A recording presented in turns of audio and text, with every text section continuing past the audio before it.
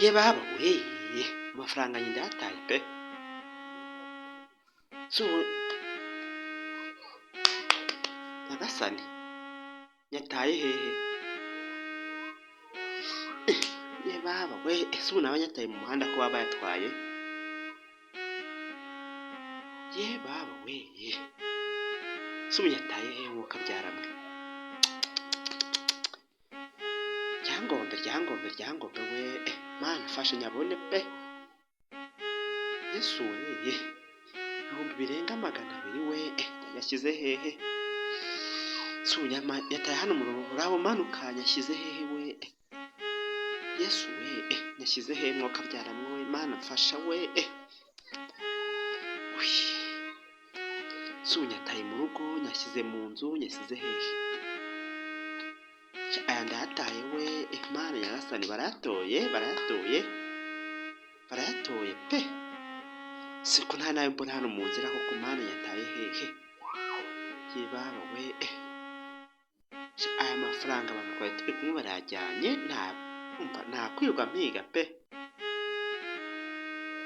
nta kwirirwa mpiga dore hano hose ntayo se nyasize mu nzu nyashyize hehe aya ngaya rwose aya anyasize kandi nicare ntekereze ariko ndahamya ko bayatwaye aya baratoye nta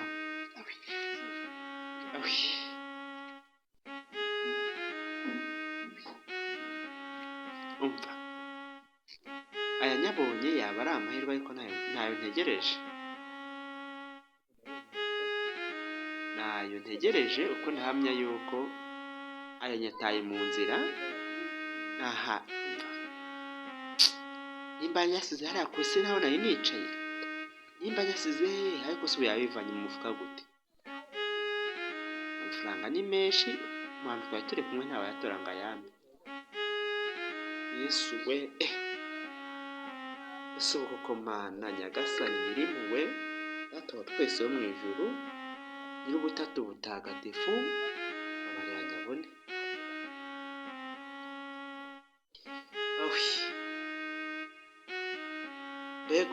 mbega umwaku nyemwe we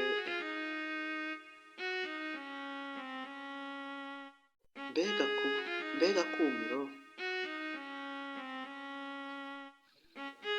aya ntayo nabona bayajyanye kare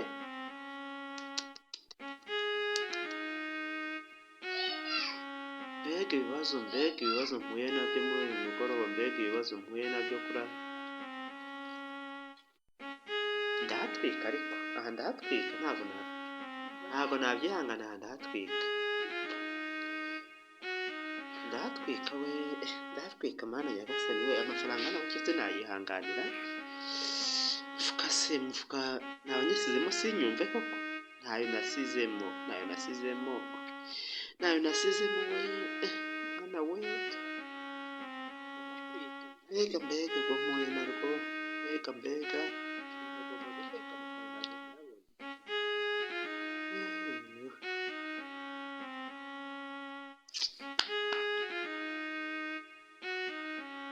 baba we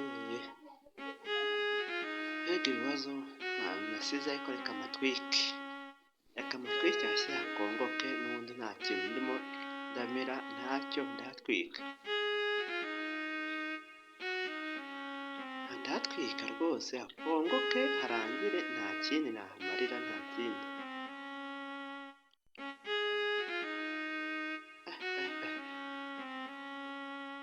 hashya ugomba gushya hakarangira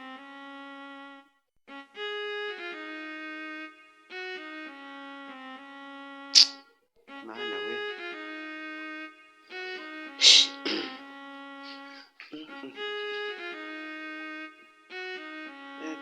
mbega